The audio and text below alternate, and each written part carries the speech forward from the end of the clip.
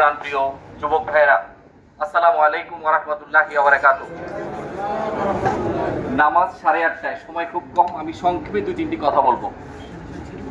প্রথম কথা হচ্ছে, এই জুলাই আমাদের মুক্তির জুলাই।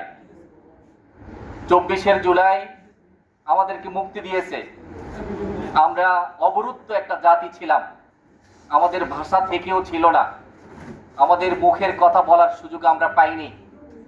যাদের ত্যাগ এবং কোরবানির বিনিময়ে 24 পর আমরা আমাদের মুখের ভাষা ফিরে পেয়েছি, সেই বীর যোদ্ধাদের, সেই বীর শহীদদের সালাম এবং সশ্রদ্ধ সালাম জানাচ্ছি। প্রিয় ভাইরা, আপনারা হচ্ছেন সেই যুবক যারা 24 মানুষের মুখের ভাষা ফিরিয়ে দিয়েছেন।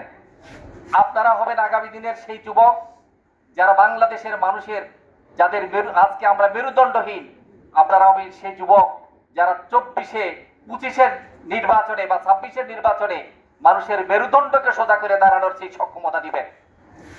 সেজন্য পরিকল্পনা গ্রহণ করতে হবে এখনই। আজকে যারা ক্ষমতার অন্যতম দাবিদার দাবি করতেছে, তারা মনে করতেছে তারা বাংলাদেশের সবচেয়ে বড় দল। কিন্তু বাংলাদেশে নির্বাচন হয়েছে 2001 সালে, 2008 সালেও কোনো নির্বাচন হয় নাই, সেটা ছিল ম্যানিপুলেটেড। সুতরাং 1 সালের নির্বাচন দিয়ে 25 সালে জনমত যাচাই করা যায় না। 25 সাল জনমত কি হয়েছে সেটা 26 নির্বাচনে বোঝা যাবে যে কার পক্ষে জনমত বেশি। আর সেই জনমত তৈরি করার ক্ষেত্রে ভূমিকা রাখবে কারা? যুবকেরা। প্রিয় ভাইরা, পৃথিবীর যে কোনো দেশের, যে কোনো জাতির মেরুদণ্ড হলো যুব সমাজ। সেই যুব সমাজ যদি চরিত্রবান হয়, নৈতিকতা সম্পন্ন হয় এবং মানুষের কল্যাণে কাজ করে, তাহলে সেই জাতি সবচেয়ে ভাগ্যবান, যেই জাতির যুব সমাজ মানুষের কল্যাণে লেগে থাকে। আমরা সেই ভাগ্যবান জাতি হতে চাই। আর সেই ভাগ্যবান জাতি হওয়ার জন্য বাংলাদেশের এই যুব সমাজকে, বাংলাদেশ জামাত ইসলামের যুব বিভাগকে সবচেয়ে বেশি সক্রিয় ভূমিকা পালন করতে হবে। আমি দুটি কথা বলি আপনাদেরকে। প্রথম কথা হলো, যুব বিভাগকে, যুব সমাজকে নৈতিকতার বলে বলিয়ান হতে হবে।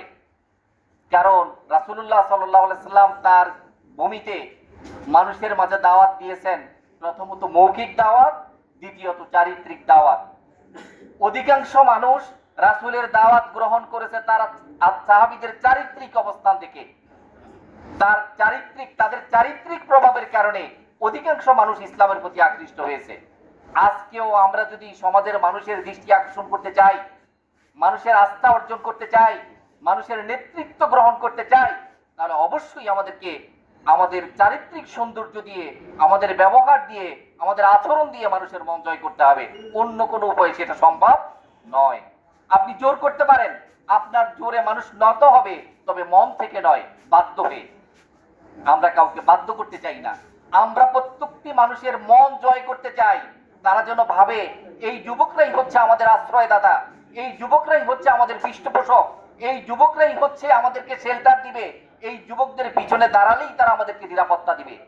প্রিয় ভাইরা, সেই জন্য আমাদের চরিত্রকে এত উন্নত করতে হবে যে প্রত্যেকটা মানুষই যেন আশ্রয় খুঁজে পায় আমাদের কাছে। সেই জন্য আমরা আমাদের কার্যক্রমকে সেইভাবে মাঠে সাজাবো। আর এই জন্য আমাদের কর্মীদেরকে হতে হবে আদর্শ কর্মী। আর আদর্শ কর্মীর যে সমস্ত গুণাবলী, সেগুলো আমাদেরকে অর্জন করতে হবে। সেজন্য আমি আপনাদেরকে বলবো, আপনারা যারা এখনো জামাতের কর্মী হন নাই, তারা সবাই জামাতের কর্মী হবেন, যুব বিভাগের কর্মী হবেন। প্রত্যেকটা ওয়ার্ডে যেন আমরা 5টা-7টা করে যুব বিভাগের ইউনিট তৈরি করতে পারি বাকি 6 মাসে, সেই ব্যাপারে আপনারা উদ্যোগী হবেন। তাহলেই পরে আমাদের সংগঠন মজবুত হবে, তাহলেই পরে আমরা নির্বাচন বলি আর যাই বলি সবকিছুকে আমরা সামাল দিতে পারবো। প্রিয় ভাইরা, আমি শেষ যে কথাটা বলে আমার শেষ করতে চাই বক্তব্য, নামাজ নিকটে অনেক রুজু করা লাগবে, এই কথা বলে আমি শেষ করতে চাই যে আগামী নির্বাচনে আমাদের উপজেলা পৌরসভা আমির বলেছেন যে 70 জন, আমি বলি 100 জন যুবক থাকতে হবে এক একটা ইউনিটে, এক একটা ওয়ার্ডের এক একটা কেন্দ্রে 100 জন থাকতে হবে। 50 জন নির্বাচনী কেন্দ্র পাহারা দিবেন, 50 জন নির্বাচনী কেন্দ্র পাহারা দিবেন, যাতে কোনো দুর্বৃত্ত এখানে ঢোকার কোনো সাহস না পায়। আর বাকি 50 জন, 30 জন থাকবেন রাস্তায়, যেন কোনো দুর্বৃত্ত রাস্তায় কিছু করার সাহস না পায়। আর আমাদের মহিলা বোনেরা আর 20 জন জামাত এবং যুব বিভাগের কর্মী বাড়িতে বাড়িতে হাঁটবেন, যেন কোনো ভোটার ঘরে না থাকতে পারে। প্রত্যেককে প্রত্যেককে কেন্দ্রে নিয়ে আসার দায়িত্ব ওই 20 জন এবং মহিলা বোনদের। যদি আমরা ভাগ করে এই কাজ করতে পারি, প্রত্যেককে কেন্দ্রে আনতে পারি, কেন্দ্র পাহারা দিতে পারি, রাস্তা পাহারা দিতে পারি, কোনো দুর্বৃত্ত সাহস না করে যে অনিয়ম করার, তাহলে দেখবেন যে জামাত ইসলামী, যুব বিভাগ, ছাত্রী সংস্থা, মহিলা জামাত, ছাত্র শিবির, শ্রমিক কল্যাণ ফেডারেশন সকলের ঐক্যবদ্ধ ভূমিকার কারণে আগামী 26-এর নির্বাচন হবে জামাত ইসলামের নির্বাচন, 26-এর নির্বাচন হবে বাংলাদেশ পরিবর্তিত হওয়ার নির্বাচন, 26-এর নির্বাচন হবে বাংলাদেশকে উন্নত আদর্শ রাষ্ট্র গঠনের নির্বাচন। আমরা যদি সেই ভূমিকা গ্রহণ করতে পারি, ইনশাআল্লাহ 26-এর পরে বাংলাদেশকে পাবো একটি উন্নত রাষ্ট্রের মডেল হিসেবে।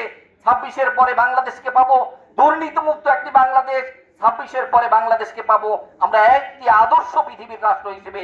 আমাদের সেই কাজ করার জন্য আজকে থেকে ঐক্যবদ্ধ হয়ে আমরা ভূমিকা গ্রহণ করব, আমাদের প্রচেষ্টা চালাবো। আল্লাহর কাছে এই তৌফিক কামনা করে আমি আমার কথা এখানে শেষ করছি। আসসালামু আলাইকুম ওয়া রাহমাতুল্লাহ।